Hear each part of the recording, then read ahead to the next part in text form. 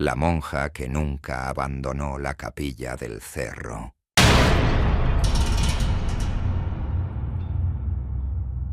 Hay lugares que uno sabe que no debe visitar de noche. No porque te lo digan, sino porque algo en el cuerpo te lo advierte cuando te acercas. Mi tío nunca fue de los que inventaban cosas. Era hombre serio, de palabra. Y esto me lo contó cuando ya estaba grande, sentado en su portal, con esa mirada que tienen los viejos cuando saben que están contando algo que les marcó para siempre. Todo empezó cuando tenía 16 años, en 1947. Consiguió trabajo como ayudante del viejo guardián de la capilla que está arriba del cerro, a media hora de subida por un camino de piedra donde apenas caben 2 burros. Don Filomeno era el guardián, un hombre seco, de pocas palabras, con la espalda encorvada de tanto cargar leña y los ojos cansados de quien ha visto cosas que prefiere no recordar. El primer día que Rafucho subió, don Filomeno le puso la mano en el hombro y le dijo algo con voz seria. «Muchacho, aquí solo hay 2 reglas. Una, nunca, por ningún motivo, entres a la capilla después de que oscurezca. Y 2, si escuchas rezos que no sean míos, no voltees a ver de dónde vienen». Rafucho se rió nervioso, pensando que el viejo quería asustarlo. Pero don Filomeno no sonrió, ni siquiera un poco. Ahí arriba, en esa capilla abandonada, había vivido, o mejor dicho, se quedó para siempre, una monja que la gente del pueblo todavía recordaba. Sor Dolores se llamaba. Según contaban los viejos, había cometido el error de enamorarse de un hombre que no debía. Y la Iglesia, como hacía en esos tiempos, la castigó de la forma más cruel. No la mataron. Eso hubiera sido rápido. La encerraron viva en la capilla con una sola vela, un rosario y un crucifijo de madera. Le dijeron que rezara hasta que Dios la perdonara. Pero Dios nunca llegó. O tal vez sí, pero ya era tarde. Los primeros días fueron tranquilos. Rafucho y don Filomeno limpiaban el patio, cortaban la maleza que crecía entre las lápidas viejas del pequeño camposanto que está al lado, y al caer la tarde bajaban al pueblo. Don Filomeno nunca se quedaba de noche. Nunca. Y cuando Rafucho le preguntó por qué, el viejo solo respondió: «Porque de noche esto ya no nos pertenece». Una tarde de octubre, justo cuando el cielo se ponía de ese color naranja oscuro que anuncia tormenta, don Filomeno se torció el tobillo bajando unas escaleras de piedra. Se cayó feo. Rafucho lo ayudó a sentarse, pero el pie ya estaba hinchado como melón. «No voy a poder bajar así», dijo don Filomeno con la voz temblorosa. «No de dolor, sino de algo más. Tenemos que quedarnos aquí esta noche». Rafucho sintió un escalofrío, pero asintió. Total, pensó. ¿Qué podía pasar? Eran solo historias de viejos. Se equivocaba. Armaron un fuego afuera, frente a la puerta de la capilla. Don Filomeno sacó una botella de aguardiente que traía escondida y le dio un trago largo. Luego se la pasó a Rafucho.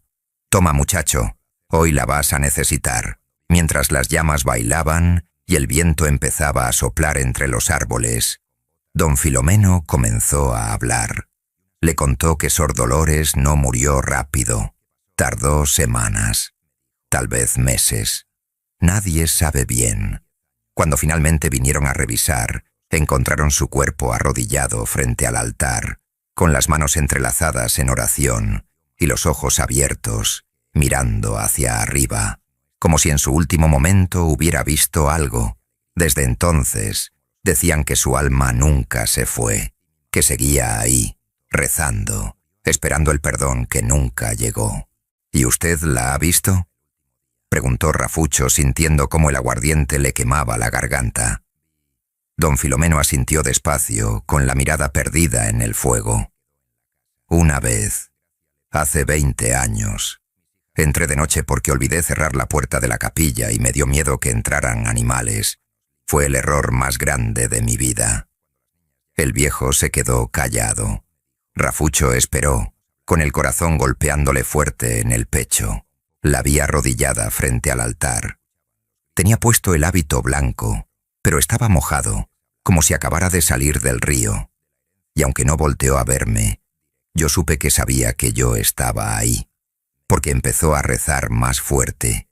Y sus palabras no eran en español. Era algo viejo, algo que no debería pronunciarse. ¿Qué hizo usted? Salí corriendo, y desde ese día jamás volví a entrar después de que cae el sol. La noche cayó completa. El fuego crepitaba y el viento soplaba con fuerza, haciendo sonar las tejas sueltas del techo de la capilla. Rafucho miraba la puerta de madera vieja, cerrada con un candado oxidado, y sentía que algo desde adentro los estaba observando. Entonces, justo cuando el reloj de bolsillo de don Filomeno marcó las 11 de la noche, lo escucharon. Un canto, bajo, suave, como un murmullo lejano. Era una voz de mujer, rezando el rosario. Don Filomeno se puso pálido. «No voltees», susurró. «No voltees, muchacho». Pero Rafucho ya estaba volteando, y lo que vio le quitó el aire. Detrás de la ventana rota de la capilla, entre la oscuridad, había una figura blanca. Una mujer de pie, con las manos juntas, mirando hacia ellos. No se movía, solo observaba, y aunque no podía verle el rostro por lo oscuro, Rafucho juró que sonreía. El canto se hizo más fuerte. Las palabras en latín resonaban en el aire frío de la noche, cada vez más rápido, cada vez más desesperadas. Y entonces, la puerta de la capilla comenzó a temblar. No era el viento, era algo que empujaba desde adentro. El candado empezó a sonar, como si alguien lo jalara con fuerza desde dentro. Don Filomeno se levantó de un salto, olvidándose del dolor del tobillo, y agarró a Rafucho del brazo. «Avienta más leña al fuego, ahora». Mi tío, con las manos temblando, echó todos los troncos que tenían. Las llamas crecieron, iluminando el patio con un resplandor anaranjado. Y en ese momento, el candado dejó de sonar. El canto se detuvo. Silencio completo. Pero el silencio era peor que el ruido. Don Filomeno se sentó de nuevo, respirando agitado, con el rosario apretado entre sus dedos. «Esto va a ser una noche larga, muchacho, muy larga». Rafucho no podía apartar la vista de la ventana. La figura ya no estaba, pero sentía que aún los observaba desde algún lugar que el fuego no alcanzaba a iluminar. «Don Filomeno», dijo Rafucho con voz ronca, «¿por qué sigue aquí? ¿Por qué no se va su alma?» El viejo suspiró, mirando el fuego. «Porque no fue solo el encierro lo que la mató, muchacho. Fue lo que hicieron antes». Y entonces, don Filomeno le contó la parte de la historia que nadie en el pueblo quería recordar. Sor Dolores no solo se enamoró, quedó embarazada. Y cuando la madre superiora del convento se enteró, no podía permitir el escándalo, así que la trajeron aquí, al cerro, lejos de todos. Le dijeron que venía a hacer penitencia, pero la verdad era peor. Le quitaron al bebé apenas nació. Nunca le dijeron si era niño o niña, solo que lo llevaron lejos, a otra ciudad, y que ella jamás volvería a verlo. La dejaron encerrada en esa capilla con la culpa, con el dolor, con la locura que viene cuando te arrancan un pedazo de ti misma. Dicen que enloquecía tanto que dejaron de llevarle comida, que la escuchaban gritar de noche, llamando a su hijo, maldiciendo a quienes la encerraron. Hasta que un día dejó de gritar. Cuando finalmente abrieron la puerta, encontraron su cuerpo. Pero también encontraron algo más. En las paredes de piedra, con sus propias uñas, había escrito una sola frase, una y otra vez, hasta que las letras se volvían manchas de sangre. «No me voy hasta que me lo devuelvan». «Por eso sigue aquí», dijo don Filomeno, «porque está esperando», y la espera la volvió, Otra cosa. Un viento helado sopló de repente, apagando la mitad del fuego. Ambos se apresuraron a avivar las llamas, y mientras lo hacían, escucharon pasos. Pasos lentos, arrastrándose sobre la piedra del patio. Venían del camposanto. Don Filomeno agarró un palo del fuego, como si eso pudiera protegerlos. «No salgas del círculo de luz, muchacho. Pase lo que pase, no salgas». Los pasos se acercaban. Rafucho podía escucharlos claramente ahora. El roce de algo pesado siendo arrastrado. Y entonces vieron lo que proyectaba esa forma en las lápidas. Era alargada, deforme, una silueta de mujer, pero con algo en los brazos, algo pequeño que se movía. El canto volvió a comenzar, pero esta vez no era un rezo, era una nana. Una canción de cuna en voz baja, rota, desesperada. «Duerme mi niño, duerme mi amor, que tu madre aquí te cuida con dolor». Rafucho sintió que las piernas le temblaban. Quería correr, bajar el cerro aunque fuera de noche, aunque se cayera por el barranco. Pero don Filomeno lo agarró del hombro. «Si corres, te sigue, y si te alcanza, no quiero pensar qué te hace».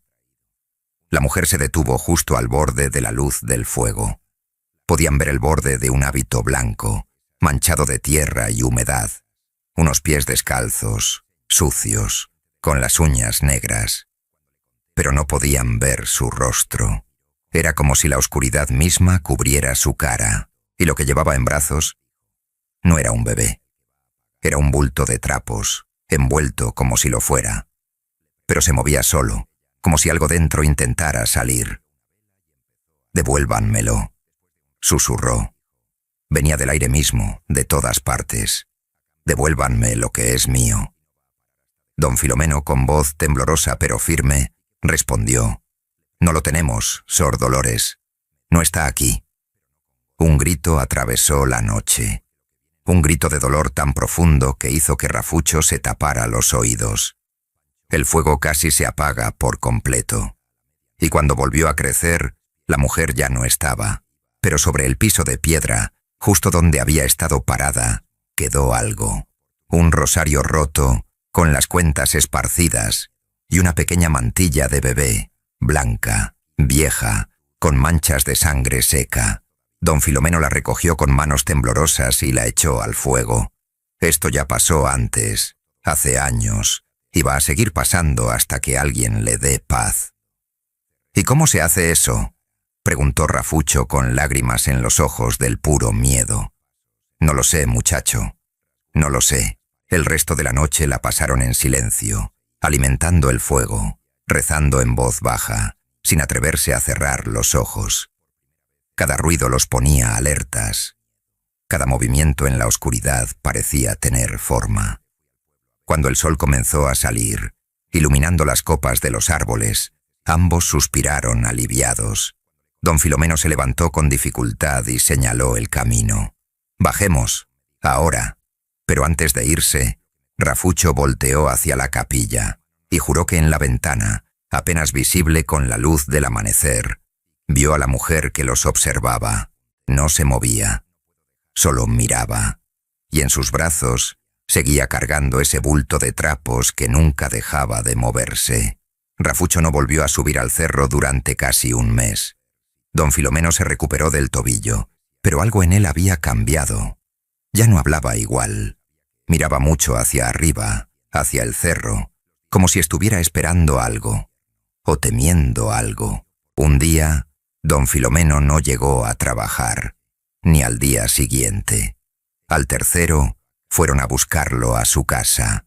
Lo encontraron sentado en su mecedora, con el rosario en las manos, muerto. Pero sus ojos estaban abiertos, mirando hacia la ventana, y en su rostro había una expresión que nadie pudo olvidar. No era de paz, era de puro terror. El pueblo entero habló de eso. Algunos decían que había sido el corazón, otros que había visto algo que no debía. Pero mi tío Rafucho sabía la verdad. Don Filomeno había subido solo al cerro, de noche, y lo que sea que pasó allá arriba se lo llevó. Después de eso, Nadie quiso cuidar la capilla.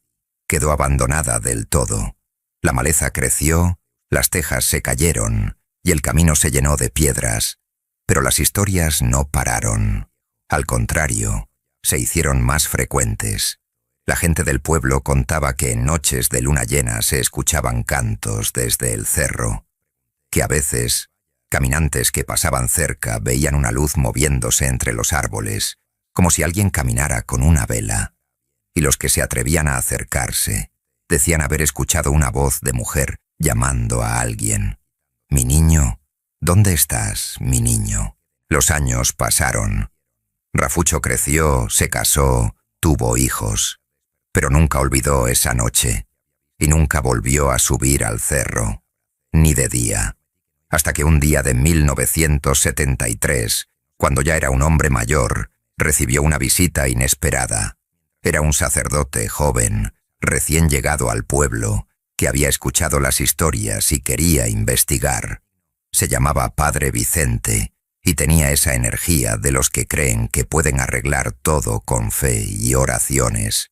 «Don Rafucho», le dijo, «necesito que me acompañe al cerro.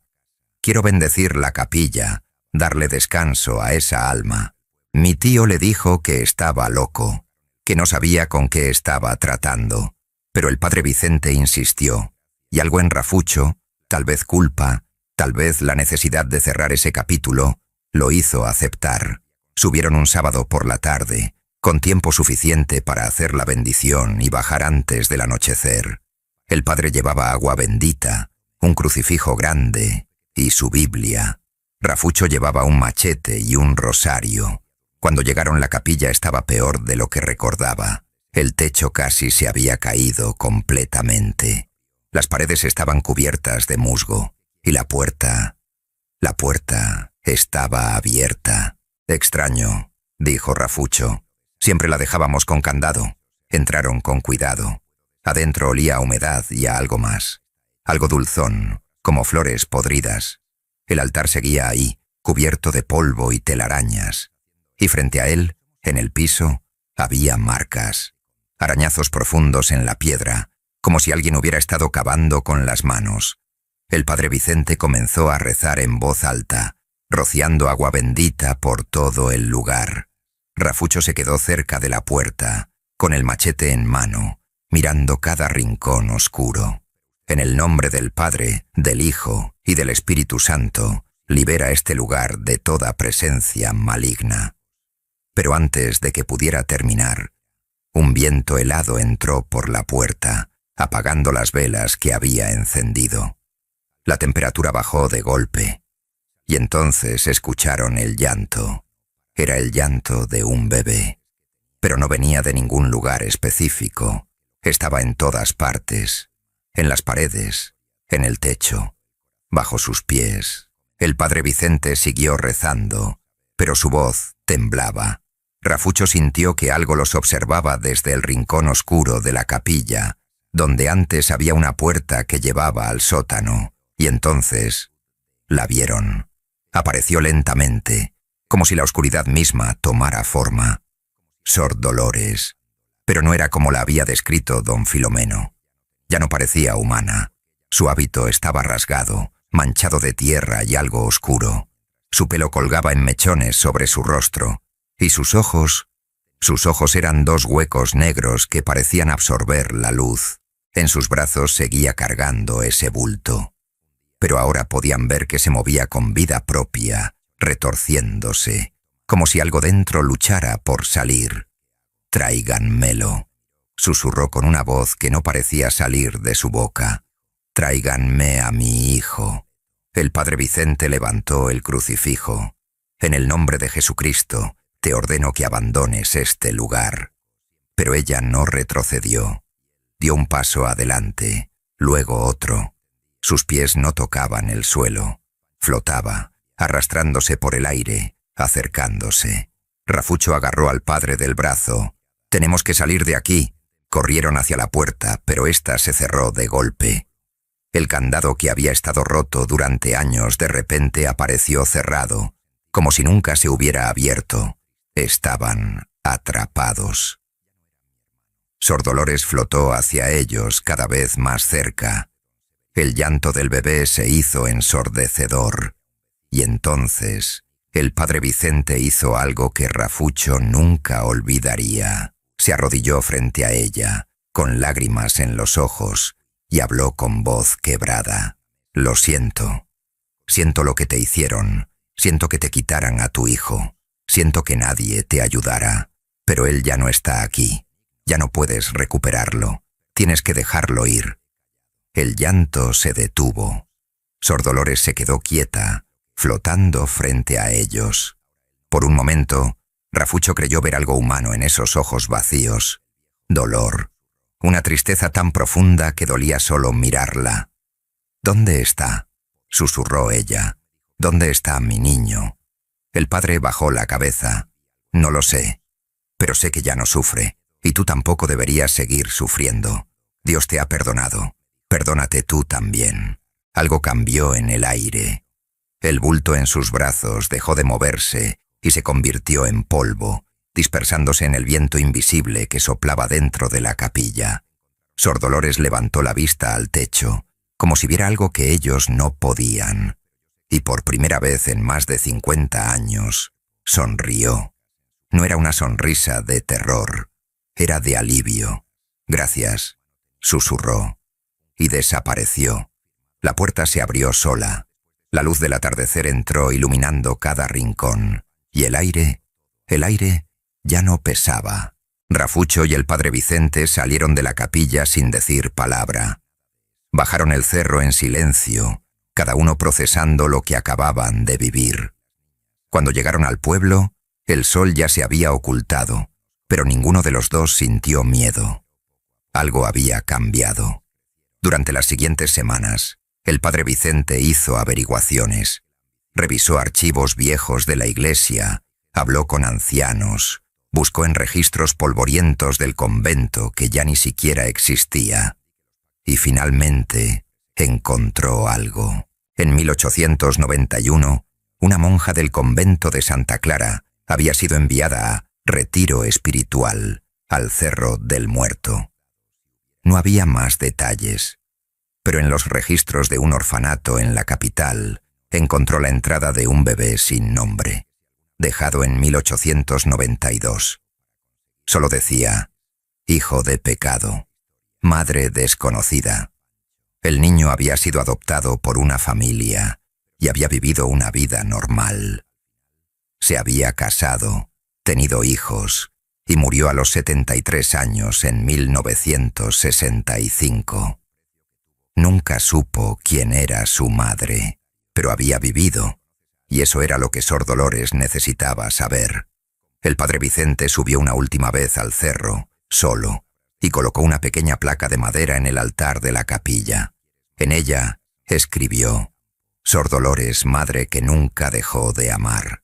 Tu hijo vivió feliz. Descansa en paz.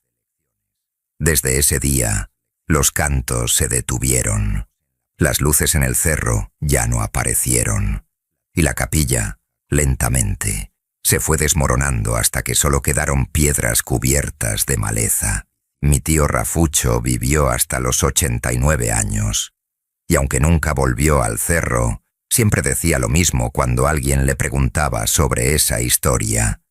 El dolor no se va solo porque alguien muera. Se queda, se arraiga. Y si nadie lo reconoce, si nadie lo honra, puede convertirse en algo oscuro. Pero cuando alguien finalmente dice, te veo, te escucho, siento tu dolor, ahí es cuando el alma puede descansar. Él me contó esta historia una tarde de domingo, sentado en su portal, mientras tomábamos café de olla. Ya estaba muy viejito, con la voz rasposa y las manos temblorosas.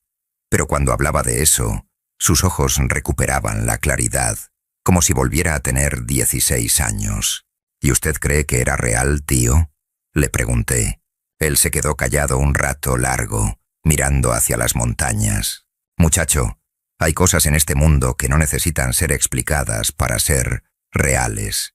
El dolor es real. La culpa es real. Y cuando esas dos cosas se juntan sin que nadie las atienda, se convierten en algo que ni la muerte puede borrar. Murió 2 meses después de contarme esto. En paz, rodeado de su familia. Pero la noche de su velorio, mi prima la menor, que apenas tenía 5 años, se acercó al ataúd y dijo algo que nos dejó fríos a todos. Abuelito está contento porque la señora de blanco ya se fue. Cuando le preguntamos de qué señora hablaba, solo señaló hacia la ventana y dijo, la que estaba parada ahí afuera, la que traía un bebé, pero ya se fue. Me sonrió y se fue. Todos volteamos. No había nadie, pero afuera, en el piso de tierra del patio, había huellas de pies descalzos, pequeñas, de mujer, que empezaban en la ventana y se perdían en dirección al cerro. Esta historia me la contó mi tío como una lección que nunca olvidé. En el campo, uno aprende desde chico que hay que respetar el dolor ajeno, que no todo se resuelve con rezos o con olvido. A veces, la única forma de que un alma descanse es reconociendo que sufrió, que fue injustamente tratada, que su dolor era real. En nuestros pueblos hay muchas historias como esta, de mujeres castigadas por amar, de niños quitados a sus madres, de gente que murió sin que nadie dijera su nombre. Y mientras esas historias no se cuenten, mientras ese dolor no se reconozca, seguirán apareciendo. No como venganza, sino como recordatorio, porque el campo no olvida, la tierra guarda memoria, y las almas que sufrieron injusticia no buscan hacer daño, solo quieren que alguien, aunque sea una vez, diga, sé lo que te hicieron y no estuvo bien. Así que si alguna vez pasas por un lugar abandonado, por una capilla vieja, por un camino donde dicen que espantan, no lo hagas con burla. Hazlo con respeto, porque tal vez ahí hubo alguien que sufrió más de lo que cualquiera debería sufrir. Y si escuchas cantos en la noche, o ves luces donde no debería haberlas, no corras. Solo di en voz baja, te veo, te escucho. Descansa. A veces, eso es todo lo que un alma necesita para finalmente irse en paz. ¿Alguna vez has sentido una presencia que no puedes explicar? ¿Has estado en un lugar donde el aire pesa diferente? Cuéntamelo en los comentarios porque estas historias del campo son reales. Y entre más las compartimos, más entendemos que no estamos solos en este mundo, ni en el otro. Si te gustan estas historias de campo, de esas que nuestros abuelos contaban en voz baja, suscríbete al canal. Cada semana traigo relatos que vienen directo de los pueblos, de la gente que vivió cosas que la ciencia no puede explicar. Dale like si esta historia te hizo sentir algo y compártela con alguien que necesite recordar que el respeto a los muertos es tan importante como el respeto a los vivos. Nos vemos en la próxima historia. Y recuerda, en el campo nunca estamos completamente solos. Bienvenidos a Relatos de Medianoche. Gracias por estar aquí, por regalarme estos minutos de oscuridad y silencio para escuchar una nueva historia. Si te gusta el terror, las historias que se te meten en la cabeza y no te dejan dormir, suscríbete al canal y activa la campanita para no perderte ningún relato. Y antes de comenzar, déjame un comentario diciéndonos desde dónde nos estás escuchando. Ahora apaga la luz, ponte cómodo y prepárate. Me llamo Margarita y lo que voy a contarles es algo que viví en carne propia. Algo que cambió mi vida para siempre y que hasta el día de hoy me hace dudar de todo lo que creía saber sobre el mundo. Conocí a mi esposo hace muchos años, cuando yo era apenas una muchacha que soñaba con tener una familia. Él era un hombre trabajador, de buenos sentimientos, originario de un pueblo llamado Xochitlán, allá por donde se juntan Veracruz y Tabasco. Un lugar rodeado de selva espesa, donde los árboles crecen tan altos que apenas dejan pasar la luz del sol. Desde el primer día que conocí a su madre, supe que algo andaba mal. Era una mujer de origen maya, de piel morena y ojos tan negros que parecían dos pozos sin fondo. No me saludó con cariño como hacen las madres cuando conocen a la novia de su hijo. Me miró de arriba abajo, como si yo fuera un bicho que acababa de arrastrarse desde el monte. Esa mirada me heló la sangre. Durante los 5 años que llevaba de casada, las cosas con mi suegra nunca mejoraron. Ella vivía en su pueblo, nosotros en la ciudad, y yo agradecía esa distancia cada día, pero cada vez que íbamos de visita, sentía un peso en el pecho que no me dejaba respirar bien. La casa de mi suegra estaba en las afueras del pueblo, casi adentrándose en la selva. Era una construcción vieja, de paredes de adobe y techo de lámina, rodeada de árboles gigantes que susurraban cosas extrañas cuando soplaba el viento. En el patio trasero había una piedra enorme, toda tallada con figuras raras. Mi esposo me dijo que era una piedra de los antiguos, de cuando los mayas vivían por esas tierras. Yo no le di mucha importancia al principio, pero esa piedra siempre me provocaba escalofríos cuando pasaba cerca de ella. Mi suegra tenía fama en el pueblo de ser curandera.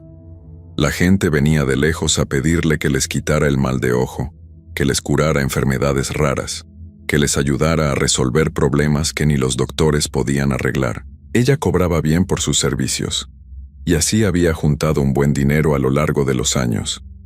Pero también había rumores.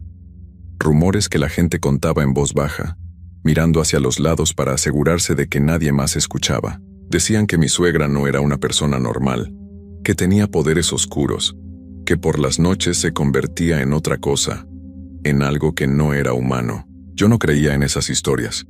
Pensaba que eran cuentos de pueblerinos supersticiosos, de gente que no tenía otra cosa que hacer más que inventar chismes. Hasta que pasó lo que pasó. Fue durante unas vacaciones. Habíamos ido a pasar unos días a la casa de mi suegra porque mi esposo extrañaba a su familia. Yo no quería ir, pero no podía negarme sin dar una buena razón. Llevamos a nuestras 3 hijas. La mayor tenía 12 años, la del medio 9, y la más pequeña apenas 6. Esa niña, mi bebé, fue quien me contó la verdad, quien vio lo que yo me había negado a creer durante tanto tiempo. La primera noche todo estuvo tranquilo.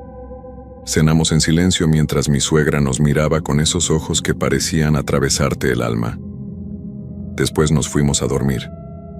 Las niñas compartían una habitación, y mi esposo y yo estábamos en otra.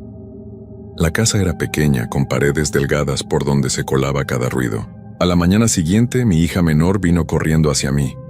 Tenía los ojos muy abiertos y estaba pálida como un papel. Me jaló del brazo y me llevó a un rincón donde nadie pudiera oírnos. «Mamá», me dijo con voz temblorosa, «anoche vi algo». Le pedí que se calmara y me contara con calma qué había visto.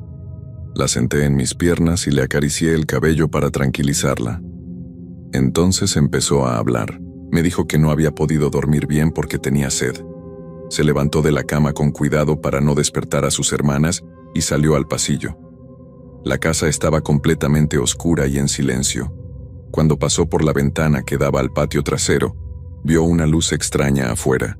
Una luz como de velas que parpadeaba entre las sombras. La curiosidad pudo más que el miedo, me dijo mi hija. Se asomó por la ventana y lo que vio la dejó paralizada. Mi suegra estaba parada sobre aquella piedra antigua, la que tenía los grabados mayas. Estaba completamente inmóvil, con los brazos extendidos hacia el cielo, murmurando algo en una lengua que mi hija no entendía. El reloj de la sala marcaba la 1 de la madrugada. Mi pequeña me contó que el aire alrededor de su abuela empezó a moverse de forma extraña, como si algo invisible lo estuviera removiendo. Entonces pasó algo que jamás olvidaré mientras viva. Mi suegra comenzó a cambiar. Su cuerpo empezó a doblarse de maneras que no son naturales. Sus brazos y piernas se alargaron, su espalda se arqueó, y de pronto, donde antes había una anciana de casi 70 años, apareció un jaguar enorme, de pelaje negro como la noche más oscura, un animal imponente, con músculos que se marcaban bajo la piel brillante y unos ojos amarillos que relucían en la oscuridad. La ropa de mi suegra quedó tirada sobre la piedra. El jaguar sacudió su enorme cabeza, olisqueó el aire, y de un salto se perdió entre los árboles de la selva. Mi hija se quedó pegada a la ventana sin poder moverse, sin poder gritar, viendo cómo ese animal desaparecía en la espesura. Cuando finalmente reaccionó, corrió hacia el cuarto de su tío, el único hijo de mi suegra que todavía vivía con ella. Tocó la puerta desesperada, llorando, intentando explicarle lo que había visto. Su tío abrió la puerta con cara de cansancio y escuchó apenas unos segundos antes de interrumpirla. «Vete a dormir», le dijo con voz seria. «Eres muy pequeña para entender la forma de vivir de tu abuela. No hables de esto con nadie, ni con tu mamá, ni con tu papá, ni con tus hermanas. Olvida lo que viste». Pero mi hija no pudo olvidar, y tampoco pudo quedarse callada. Por eso vino a contármelo a mí esa mañana. Yo no supe qué decirle. Una parte de mí quería regañarla por inventar historias tan terribles. Pero cuando vi sus ojos llenos de lágrimas, cuando sentí cómo temblaba entre mis brazos, supe que estaba diciendo la verdad. Los niños no mienten sobre cosas así. No pueden inventar ese tipo de terror en sus miradas. Le dije que todo estaba bien, que tal vez había sido una pesadilla muy real. Pero por dentro, yo también estaba temblando, porque recordé todos esos rumores que había escuchado. Todas esas historias sobre nahuales, sobre personas que podían quitarse la piel humana y convertirse en animales. Historias que yo había descartado como supersticiones tontas. Durante el desayuno, observé a mi suegra con otros ojos. Ella comía en silencio, mirando a cada uno de nosotros por turnos. Cuando sus ojos se posaron sobre mi hija pequeña, la niña dejó de comer y bajó la mirada. Mi suegra sonrió, una sonrisa pequeña, apenas perceptible, pero que me hizo sentir un frío terrible en la espalda. Le dije a mi esposo que no me sentía bien, que quería regresar a casa cuanto antes. Él me pidió que aguantáramos al menos unos días más, que su madre se enojaría si nos íbamos tan pronto. Accedí, pero cada hora que pasaba en esa casa se sentía como una eternidad. A la noche siguiente, mi hija volvió a despertarse. Esta vez no fue por sed, sino por los ladridos de los perros. En el pueblo había muchos perros callejeros que normalmente dormían tranquilos, pero esa noche estaban ladrando como locos. Ladridos desesperados, de miedo, que no paraban. Mi hija se levantó otra vez y se asomó por la misma ventana. Eran las 4 de la madrugada, según me contó después. Y lo que vio esa vez fue aún peor que la primera noche. El jaguar negro había regresado, pero esta vez no venía solo. Arrastraba algo enorme por el suelo. Mi hija entrecerró los ojos en la oscuridad y entonces lo vio con claridad.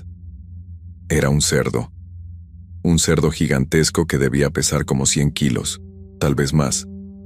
El animal estaba inmóvil, desmayado o algo peor, y el jaguar lo arrastraba con sus enormes mandíbulas como si no pesara nada. El jaguar llegó hasta la piedra antigua y soltó al cerdo. Entonces comenzó a hacer algo muy extraño. El animal empezó a rodar alrededor de la piedra. Dio 4 vueltas hacia la derecha, despacio, como siguiendo un ritual. Después se detuvo y dio 3 vueltas hacia la izquierda. Mi hija contó cada vuelta, paralizada detrás de la ventana, sin atreverse a respirar fuerte. Cuando el jaguar terminó de dar la última vuelta, su cuerpo empezó a transformarse otra vez. Los huesos crujieron con un sonido horrible que mi hija pudo escuchar desde adentro de la casa. El pelaje negro comenzó a desaparecer. Las patas se convirtieron en brazos y piernas. Y en cuestión de segundos, mi suegra estaba ahí, desnuda y sin aliento, parada junto al cerdo inconsciente. Ella recogió su ropa de sobre la piedra y se vistió rápidamente. Entonces tocó la puerta de la casa 3 veces. Su hijo, mi cuñado, salió de inmediato. No se veía sorprendido ni asustado. Salió como si esto fuera lo más normal del mundo. Entre los dos cargaron al cerdo y lo metieron a la casa, llevándolo directo a la cocina. Mi hija se metió corriendo a su cama y se tapó hasta la cabeza con las cobijas. No durmió el resto de la noche. Se quedó ahí acostada, temblando, esperando a que amaneciera para poder contármelo todo. Esa mañana cuando bajamos a desayunar había un olor intenso en toda la casa. Mi suegra estaba en la cocina, cocinando.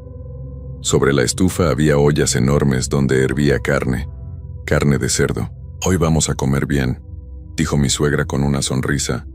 «Me regalaron un cerdo y lo estoy preparando para todos». Yo sentí que se me revolvía el estómago. Miré a mi hija y ella estaba pálida, mirando las ollas con horror en los ojos. Ninguna de las dos probó bocado ese día. Inventé que teníamos el estómago delicado y mi esposo no hizo preguntas. Como al mediodía, cuando todavía estaban cocinando la carne, llegó uno de los vecinos. Era un hombre mayor, de sombrero y botas llenas de lodo. Tocó la puerta y mi suegra salió a recibirlo. «Doña», le dijo el hombre quitándose el sombrero, «vengo a preguntarle si no ha visto a mi cerdo. Se me perdió anoche. Es un animal grande, negro con manchas blancas en la panza. Vale mucho dinero y lo necesito para venderlo en el mercado». Mi suegra lo miró con esa cara seria que siempre tenía y negó con la cabeza. «No he visto ningún cerdo por aquí. Tal vez se metió a la selva y algún animal salvaje se lo llevó. Ya sabe cómo son las cosas por estos rumbos». El hombre suspiró con tristeza. Le dio las gracias y estaba a punto de irse cuando mi hija habló. No pude detenerla a tiempo. «Un jaguar negro trajo un cerdo anoche», dijo mi pequeña con voz clara. «Lo vi por la ventana. El jaguar lo arrastró hasta el patio, y después mi abuela y mi tío lo metieron a la casa». El silencio que siguió fue terrible. Mi esposo me miró sin entender nada. El vecino abrió los ojos con sorpresa. Mi cuñado, que estaba sentado en la sala, se puso de pie lentamente, y mi suegra se quedó completamente inmóvil, mirando a mi hija con una expresión que nunca olvidaré, una mezcla de rabia y algo más oscuro, algo peligroso. Entonces mi suegra caminó hacia mi hija. Yo intenté pararme para protegerla, pero todo pasó muy rápido. Mi suegra levantó la mano y le dio un golpe en la boca a mi pequeña. No fue un golpe fuerte, pero fue suficiente para callarla y asustarla. La niña empezó a llorar. «Ten cuidado con lo que dices», le dijo mi suegra con voz baja y amenazante. «Los niños que hablan demasiado terminan perdidos en la selva. Hay muchas cosas ahí afuera que les gusta comer, niñas mentirosas». El vecino se fue sin decir nada más, pero vi en su cara que él sabía, que él entendía exactamente qué estaba pasando en esa casa. Mi esposo se llevó a mi hija a otra habitación para calmarla. Yo me quedé ahí parada, mirando a mi suegra, sintiendo cómo el miedo se convertía en algo más, en certeza. Todo lo que había escuchado era verdad. Mi suegra era un nahual. Pero esto no era la primera vez que yo había sospechado algo. Había pasado algo antes, un año atrás, durante otra visita al pueblo. Algo que en su momento no entendí, pero que ahora cobraba todo el sentido del mundo. Aquella vez habíamos llegado al pueblo por la tarde. Mi esposo quería caminar por los terrenos de su familia, unos campos de maíz que estaban cerca de la casa. Yo lo acompañé porque no quería quedarme sola con mi suegra. Caminamos entre las plantas altas, disfrutando del aire fresco, cuando de repente escuchamos un mugido terrible. De entre las milpas salió corriendo una vaca enorme. Era completamente negra, sin una sola mancha blanca, con los ojos inyectados de sangre y los cuernos apuntando hacia adelante. Nunca había visto un animal tan grande y aterrador. La vaca venía directo hacia mí, bufando como si estuviera poseída por algo maligno. Corrí lo más rápido que pude, pero la vaca era más rápida. Me alcanzó y me embistió con tanta fuerza que salí volando varios metros. Caí entre las plantas de maíz, sin aire en los pulmones, sintiendo un dolor terrible en todo el cuerpo. Pensé que iba a pisotearme, que iba a terminar conmigo ahí mismo. Pero entonces mi esposo apareció. Él siempre cargaba un machete cuando íbamos al campo. Es algo normal en el pueblo. Todos los hombres cargan sus machetes para cortar plantas o defenderse de animales peligrosos. Mi esposo se interpuso entre la vaca y yo, gritándole al animal para que se detuviera. Pero la vaca siguió embistiendo, una y otra vez, intentando llegar hasta mí. En un momento de desesperación, mi esposo levantó el machete y le dio un golpe a la vaca en la cabeza. No fue un golpe para lastimarla de gravedad, solo para asustarla y que se alejara. El filo del machete le abrió un corte profundo en la frente, justo entre los ojos. La vaca mugió de dolor y finalmente salió corriendo de vuelta a la selva, perdiéndose entre los árboles. Regresamos a la casa asustados y adoloridos. Yo tenía moretones por todo el cuerpo y apenas podía caminar. Cuando llegamos, esperaba que mi suegra saliera a recibirnos como siempre hacía. Pero no apareció. La casa estaba extrañamente silenciosa. Mi cuñada, la hermana de mi esposo, nos abrió la puerta. Tenía cara de preocupación. Se acercó a nosotros y nos habló en voz muy baja, como si tuviera miedo de que alguien la escuchara. «Mamá no puede salir a recibirlos», nos dijo. «Tuvo un accidente. Se cayó esta mañana y se golpeó la cabeza. Está en su cuarto descansando». Mi esposo quiso ir a verla de inmediato, pero mi cuñada lo detuvo. «Es mejor que la dejen descansar. Ya saben cómo es ella. No le gusta que la vean cuando está débil». Algo en la forma en que mi cuñada hablaba me puso alerta. Había nerviosismo en su voz. Miedo, incluso. Pero no dije nada y nos quedamos en la sala esperando. Horas después, cuando ya había oscurecido, mi suegra finalmente salió de su cuarto. Y lo que vi me dejó helada. Tenía un corte profundo en la frente, justo en el mismo lugar donde mi esposo había herido a la vaca. El corte era idéntico. Estaba hinchado, todavía sangrando un poco y se veía muy doloroso. Mi suegra me miró directo a los ojos, y en esa mirada vi la misma rabia, el mismo odio que había visto en los ojos de aquella vaca negra que me había embestido. Era la misma mirada exactamente. En ese momento lo supe. Aquella vaca no era un animal común, era ella. Mi suegra se había transformado en esa vaca para lastimarme, tal vez hasta para terminar conmigo. Esa noche no pude dormir. Me quedé despierta, abrazando a mi esposo, sin atreverme a cerrar los ojos. Al día siguiente inventé una excusa y nos fuimos del pueblo. No le conté nada a mi esposo. Todavía no.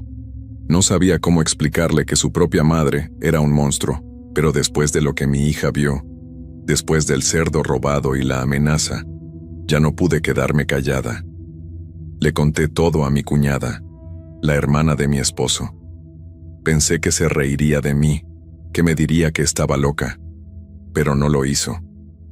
En lugar de eso, se puso a llorar. Me confesó algo que me rompió el corazón. Me dijo que mi suegra había hecho un pacto años atrás, un pacto con algo oscuro, algo que la gente del pueblo prefería no nombrar. A cambio de ese pacto, ella había obtenido el poder de transformarse en animales. Se había convertido en una chamana poderosa, una curandera famosa que ganaba mucho dinero, pero el precio había sido muy alto.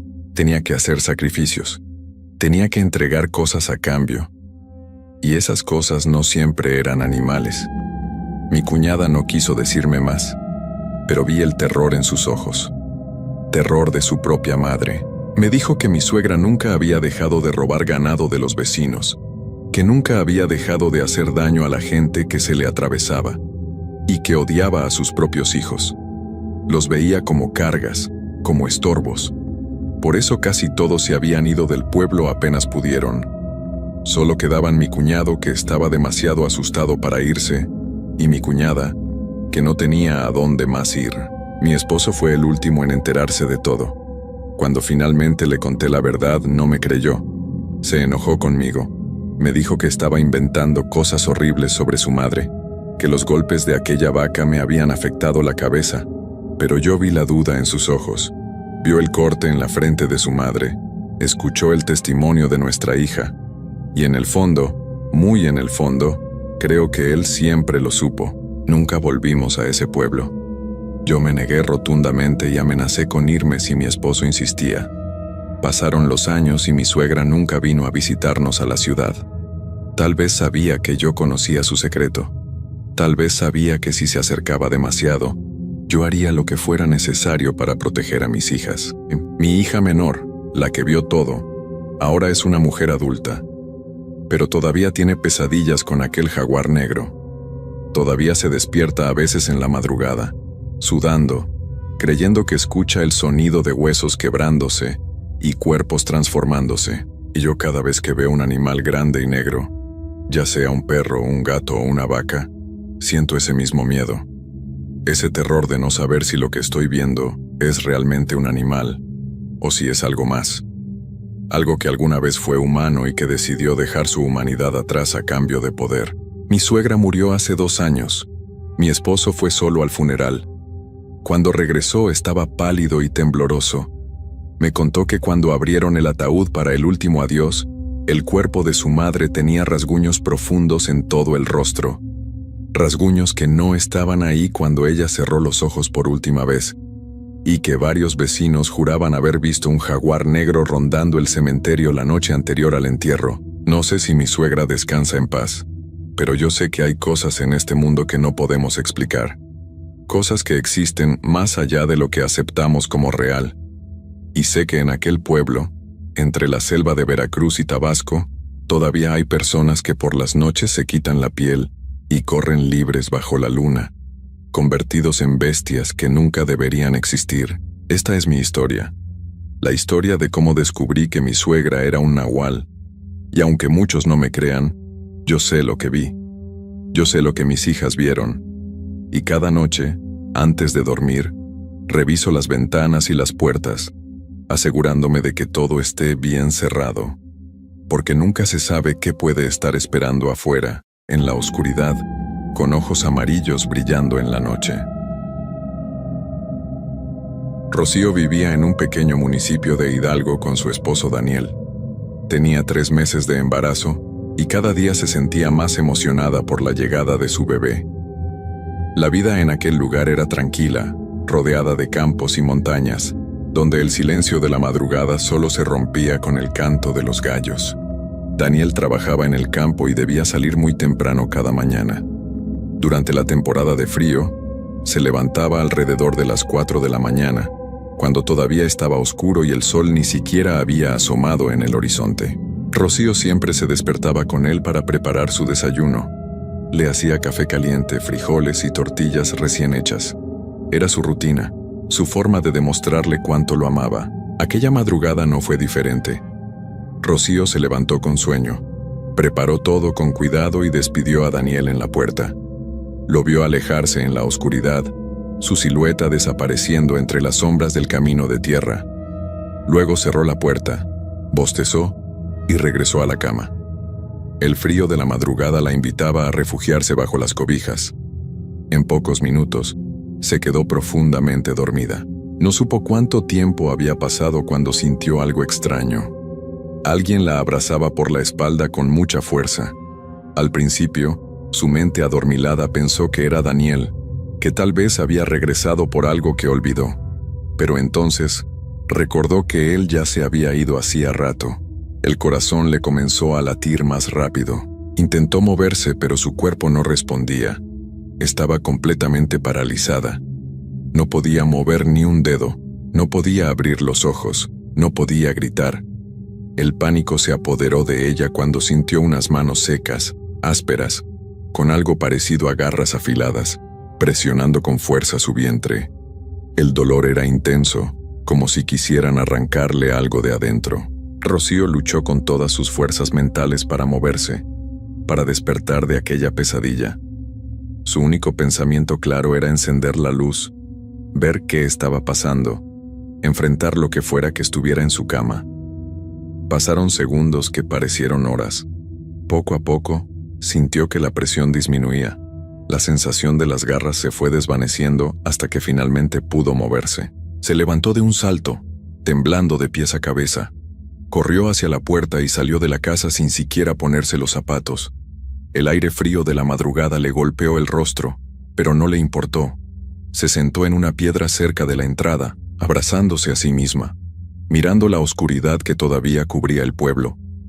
No se atrevió a regresar hasta que vio las primeras luces del amanecer pintando el cielo.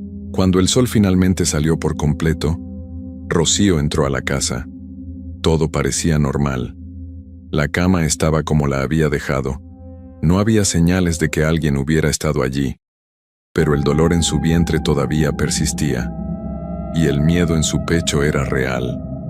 Se tocó el estómago con cuidado, rezando en silencio para que su bebé estuviera bien. El dolor fue desapareciendo con las horas, pero el horror de aquella experiencia quedó grabado en su mente. No le contó nada a Daniel cuando regresó esa tarde. No sabía cómo explicarle lo que había vivido sin sonar como si estuviera perdiendo la razón. Además, una parte de ella quería creer que solo había sido una pesadilla muy real, nada más. Pero esa fue solo la primera visita. Durante las siguientes semanas, Rocío intentó olvidar lo que había pasado. Se concentraba en su embarazo, en preparar las cosas para el bebé, en mantener la casa limpia. Pero en el fondo de su corazón, sabía que algo había cambiado. Sentía una presencia extraña a su alrededor, como si alguien la observara constantemente. Una noche, aproximadamente un mes después de la primera experiencia, volvió a suceder. Daniel se había ido al campo como siempre, y Rocío regresó a la cama después de preparar su desayuno. Esta vez no se durmió tan profundamente. Estaba alerta, aunque no sabía muy bien por qué. De repente, sintió el mismo abrazo fuerte por la espalda, las mismas manos secas con garras presionando su vientre con violencia, la misma parálisis absoluta. Rocío quiso gritar, pero su voz no salía. Trató de moverse con desesperación, y esta vez logró soltarse más rápido que la primera vez. Se levantó corriendo de la cama y encendió la luz, pero no había nadie, absolutamente nadie. Las lágrimas comenzaron a rodar por sus mejillas. Ya no podía negarlo. Algo estaba pasando, algo que no podía explicar.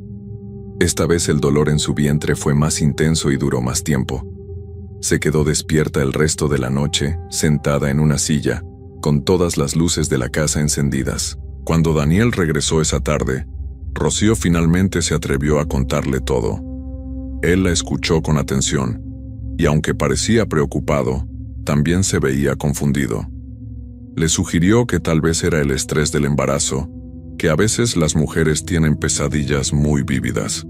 Pero Rocío sabía que no eran pesadillas, aquello era real. Después de la segunda visita, comenzaron a suceder cosas aún más extrañas. Una noche, Rocío escuchó ruidos afuera de la casa. Miró por la ventana y vio una criatura horrible, parecida a un guajolote pero mucho más grande, con plumas erizadas y ojos que brillaban en la oscuridad. La criatura caminaba alrededor de la casa, haciendo sonidos guturales que le helaban la sangre. Al día siguiente, le contó a Daniel lo que había visto. Él salió a revisar y encontró huellas enormes de ave alrededor de la casa, marcas que no correspondían a ningún animal normal de la región. Daniel comenzó a preocuparse seriamente. Las apariciones continuaron. Algunas noches, veían perros negros de aspecto siniestro que se quedaban parados frente a la casa, observándolos sin moverse. Sus ojos rojos brillaban en la oscuridad como brasas encendidas. Cuando Daniel salía para espantarlos, los animales desaparecían sin dejar rastro, como si se los hubiera tragado la tierra. Pero lo más aterrador eran las bolas de fuego que aparecían flotando cerca de la casa durante las noches. Eran esferas brillantes de color naranja y rojo que se movían lentamente por el aire, como si tuvieran vida propia. A veces se acercaban tanto a las ventanas que iluminaban el interior de la casa. Rocío y Daniel se quedaban inmóviles, abrazados, esperando que se alejaran. Rocío comenzó a hablar con las vecinas del pueblo, buscando respuestas. Una señora mayor, doña Gertrudis, la miró con lástima cuando escuchó su historia. Le dijo algo que hizo que Rocío sintiera un escalofrío recorrer todo su cuerpo. Las brujas marcan a los bebés antes de nacer, le explicó la anciana con voz temblorosa. Las vigilan durante todo el embarazo, ponen señales en la casa para que otras criaturas sepan que ese bebé está marcado. Lo hacen para poder llevárselos cuando nazcan o para hacerles daño. Doña Gertrudis le contó que ella misma había conocido casos en el pueblo, historias de bebés que nacieron enfermos o que desaparecieron misteriosamente. Rocío no quería creer en esas historias. Le parecían cuentos de viejas, supersticiones sin fundamento. Pero cada noche, cuando veía las sombras moverse fuera de su casa, cuando escuchaba los sonidos extraños, cuando sentía esa presencia maligna cerca de ella, comenzaba a dudar. ¿Y si era verdad? ¿Y si algo estaba detrás de su bebé? La tercera visita llegó cuando Rocío ya tenía 7 meses de embarazo. Su vientre estaba grande y redondo, y cada día sentía las pataditas de su bebé con más fuerza. Esos movimientos eran lo único que la mantenía calmada, la prueba de que su hijo estaba bien a pesar de todo lo que estaba viviendo. Esa noche en particular, su abuelo Ramiro había llegado de visita desde otro pueblo. Era un hombre mayor, de casi 70 años, pero fuerte y de carácter firme. Había venido para estar presente cuando naciera su bisnieto. Su presencia en la casa le daba a Rocío una sensación de seguridad que no había sentido en meses. Desde que amaneció ese día, algo en el ambiente se sentía diferente. Había una tensión en el aire, como si una tormenta estuviera a punto de desatarse, aunque el cielo estaba despejado. Rocío sentía que alguien los observaba desde las sombras. Un frío extraño se apoderó de la casa, un frío que no tenía que ver con el clima, sino con algo mucho más oscuro. Daniel tuvo que salir al campo como siempre, a pesar de las protestas de Rocío. Ella le suplicó que se quedara, que sentía que algo malo iba a pasar, pero ellos necesitaban el dinero y no podían darse el lujo de faltar al trabajo. Ramiro se quedó con ella, durmiendo en un petate en la sala, con su viejo machete al lado, como era su costumbre desde joven. Alrededor de las 4 de la mañana, Rocío despertó con un dolor punzante en el vientre. Era diferente a las otras veces. Este dolor era agudo, como agujas clavándose en su piel. Abrió los ojos con dificultad, todavía atrapada entre el sueño y la vigilia. Lo que vio la hizo gritar con todas sus fuerzas. Sobre ella, parado encima de su cuerpo, había un guajolote enorme. Pero no era un guajolote normal. Era una criatura horrible, del tamaño de un perro grande, con plumas negras y grises que parecían sucias y mal cuidadas. Sus ojos eran completamente negros, sin ningún brillo de vida, y estaba picoteándola, clavando su pico en su vientre, en sus brazos, en su pecho. Rocío gritó con un terror que nunca había sentido antes. El sonido desgarrador despertó a su abuelo Ramiro, quien se levantó de inmediato. El anciano vio la escena y no dudó ni un segundo. Tomó su machete con manos firmes y de un solo movimiento certero, golpeó al ave con toda su fuerza. El machete se hundió en el lomo del guajolote y la criatura soltó un chillido que no parecía de este mundo. Era un sonido que mezclaba el graznido de un ave con algo parecido a un grito humano. El guajolote comenzó a dar brincos desesperados, sangrando, aleteando con violencia mientras se dirigía hacia la puerta. Ramiro corrió detrás de él, pero la criatura logró salir de la casa entre saltos erráticos. Dejó un rastro de sangre oscura por el suelo de tierra. El abuelo salió al patio, pero la oscuridad de la madrugada se había tragado al animal. Solo quedaba el rastro de sangre que se perdía en dirección al monte. Cuando Ramiro regresó a la casa, encontró a Rocío temblando violentamente en la cama.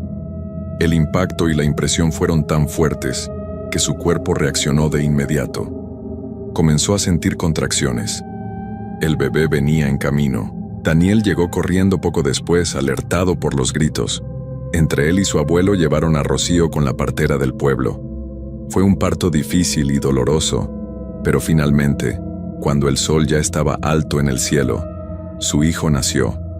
Era un niño hermoso, que lloró con fuerza al llegar al mundo. Gracias a Dios, el bebé estaba completamente sano y salvo. Los deditos de sus manos y pies estaban completos, sus ojos brillaban con vida, su piel era suave y rosada. Rocío lloró de alivio al tenerlo en sus brazos. Había temido durante tanto tiempo que algo terrible le pasaría a su hijo, pero allí estaba, perfecto y sano. Pensó que la pesadilla había terminado. Pensó que finalmente podrían vivir en paz. Pero la historia no terminó ahí. 2 días después del nacimiento, mientras Rocío descansaba con su bebé, recibió una visita inesperada. Su hermana Laura llegó a la casa con el rostro pálido como la cal y los ojos llenos de lágrimas. Temblaba tanto que apenas podía hablar. Laura había ido esa mañana a visitar a su suegra, doña Margarita, quien vivía a unos 30 minutos de distancia. Era una mujer mayor que vivía sola en una casa pequeña cerca del monte. Laura había llevado comida para ella, como hacía cada semana. Cuando llegó a la casa de doña Margarita, Notó que las cortinas estaban cerradas y no había señales de movimiento. Tocó la puerta varias veces, pero nadie respondió. Un mal presentimiento comenzó a crecer en su pecho. Doña Margarita siempre estaba despierta a esa hora. Siempre le abría la puerta con una sonrisa. Laura tocó y tocó, pero solo había silencio. El miedo la invadió. Decidió caminar alrededor de la casa y encontró una ventana con el vidrio roto. Su corazón latía tan fuerte que podía escucharlo en sus oídos. Se asomó por esa ventana, y lo que vio la dejó sin aliento. En la sala, tirada en el suelo sobre un charco oscuro, estaba doña Margarita. Tenía un profundo tajo en la espalda, una herida que claramente había sido hecha con un machete. Exactamente en el mismo lugar donde su abuelo Ramiro había golpeado al guajolote 2 noches atrás. Laura salió corriendo de allí tropezando con sus propios pies, gritando por ayuda. Fue directamente a avisarle a Rocío y a Daniel. Cuando les contó lo que había visto, todos quedaron en completo silencio. Rocío sintió que el mundo se detenía. Su suegra, la mujer que había estado en su boda, que había tejido la primera mantita para su bebé, que la había visitado apenas unas semanas atrás para darle consejos sobre el parto. Esa misma mujer había sido la bruja que la atormentó durante todo su embarazo. Las piezas encajaron de manera horrible en su mente.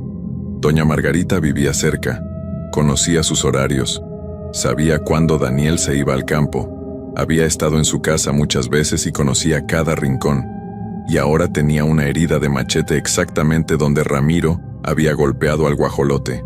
Daniel no podía creerlo, Ramiro tampoco. Pero la evidencia estaba allí, tan clara como aterradora. La bruja había estado viviendo entre ellos todo ese tiempo, prácticamente como parte de la familia. Los vecinos del pueblo llegaron cuando se corrió la noticia. Miraron el cuerpo de doña Margarita con una mezcla de miedo y repugnancia. Algunos de los ancianos del lugar dijeron que siempre habían sospechado de ella, que años atrás habían pasado cosas extrañas cuando ella estaba cerca. Nadie quiso llevarla al Campo Santo. Dijeron que una bruja no merecía descansar en tierra bendita, que su presencia contaminaría el lugar donde dormían sus seres queridos. Así que cavaron un hoyo profundo en el patio de su propia casa y allí la dejaron, sin ceremonia, sin rezos, sin despedida. Rocío nunca volvió a ese lugar. Durante años tuvo pesadillas con aquellas manos secas y las garras afiladas presionando su vientre. Pero su hijo creció sano y fuerte, ajeno a todo el horror que había rodeado su llegada al mundo. A veces, cuando lo veía jugar en el patio, Rocío recordaba aquellas noches oscuras, las criaturas horribles, el guajolote sobre su cuerpo, y agradecía en silencio que su abuelo Ramiro hubiera estado allí esa madrugada. Agradecía que su machete hubiera sido certero, porque si no hubiera sido así, quién sabe qué habría pasado con su bebé. En el pueblo, la historia de Rocío se convirtió en leyenda. Las madres la contaban en voz baja a sus hijas cuando quedaban embarazadas, como advertencia. Y cada vez que alguien veía un guajolote extraño rondando por las noches, o una bola de fuego flotando en la oscuridad, cerraban bien las puertas y ventanas, y rezaban para que la bruja no regresara, porque en ese pequeño municipio de Hidalgo, todos sabían que las brujas existen, y que cuando marcan a un bebé, no descansan hasta intentar llevárselo.